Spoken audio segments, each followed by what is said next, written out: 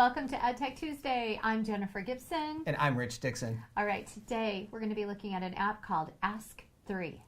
All right, Ask3 is a way to collaborate with one another, students to students and teacher to students, and it's a free app. I love it. Which is wonderful. Okay, what At the version? time, we are looking at 1.8.0 at the time of this recording. Okay. And again, it's free at the time of this recording. Sometimes things change with apps. Let's go ahead and launch it. And the first thing that we're going to see here is a list of all the different options within this app. And so I have set up an account as a teacher. It does require setting up an account with username and a password, but I've already done that for myself as a teacher. And I've created a class by pressing the plus symbol and created something called homeroom.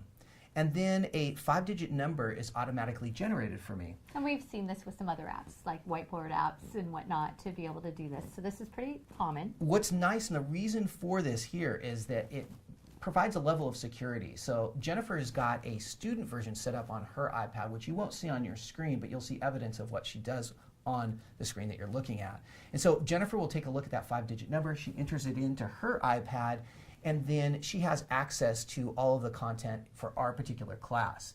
Again, what's nice is that this information is not visible to the general public, and so it does provide a level of student privacy around their information. So the next thing we can do is start with create, and I'm going to go ahead and do that. We see a blank canvas here. Note that this is not really intended for a lot of typing. There's no typing tools here, simply drawing tools. And one thing we can do is we can take a photo and annotate that.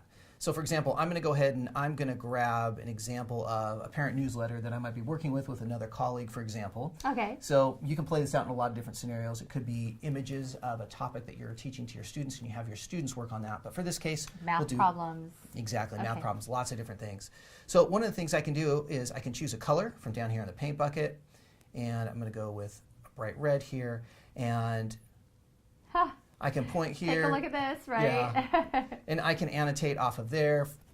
And at that point, then what I can do is I can record. And this is really the powerful point of Ask3, which is to hit the record button in the lower right-hand corner. And I can go ahead and narrate at this point. You can see little lines of simulated film running along the bottom there. And I can go ahead and narrate and describe or pose questions and reflect using voice. So once I'm done, I can click on the check mark. Well, that's powerful.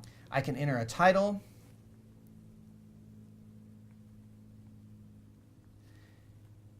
And how about newsletter instead of a newsletter, whatever that is.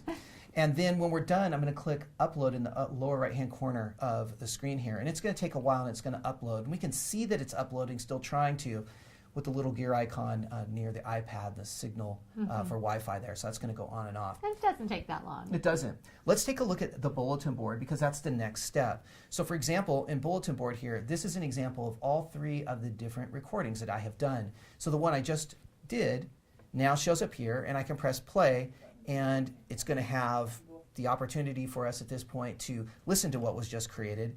Comments can be added in here as well. So this is where you can start typing. Right within there. So is that also where the teacher could make comments on something a student said? Like, yes. When you came in with this, there were too many uhs or pauses or, okay, great. Exactly. Suggestions for improvements there as well. Okay. So, and then there's an opportunity for you as the person that has access to any of these boards to also use the drawing tools that we just saw. The responder and record. Exactly. I got your message. Here's what I'm thinking. You got it. That's exactly right.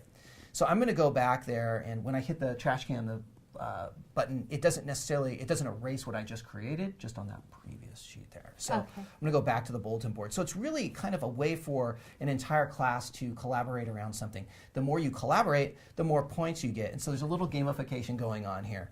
We see leaderboards. You can see that Jennifer's listed right there. You can see the class code listed. It's kind of an ominous picture I took of myself there. I know. But students that interact the most and provide the most feedback there will show up as your 3 top leaders. So you would have all the students down here. Exactly. And then you start to see who's, wow, that's a lot of fun. So again, this is Ask3, a collaboration tool that is meant to make it very easy for individuals to provide input. If you have questions, for example, as a student to other students, or if you're a teacher and you want to give feedback to your students or combinations thereof, you're more than welcome to do that easily inside of Ask3.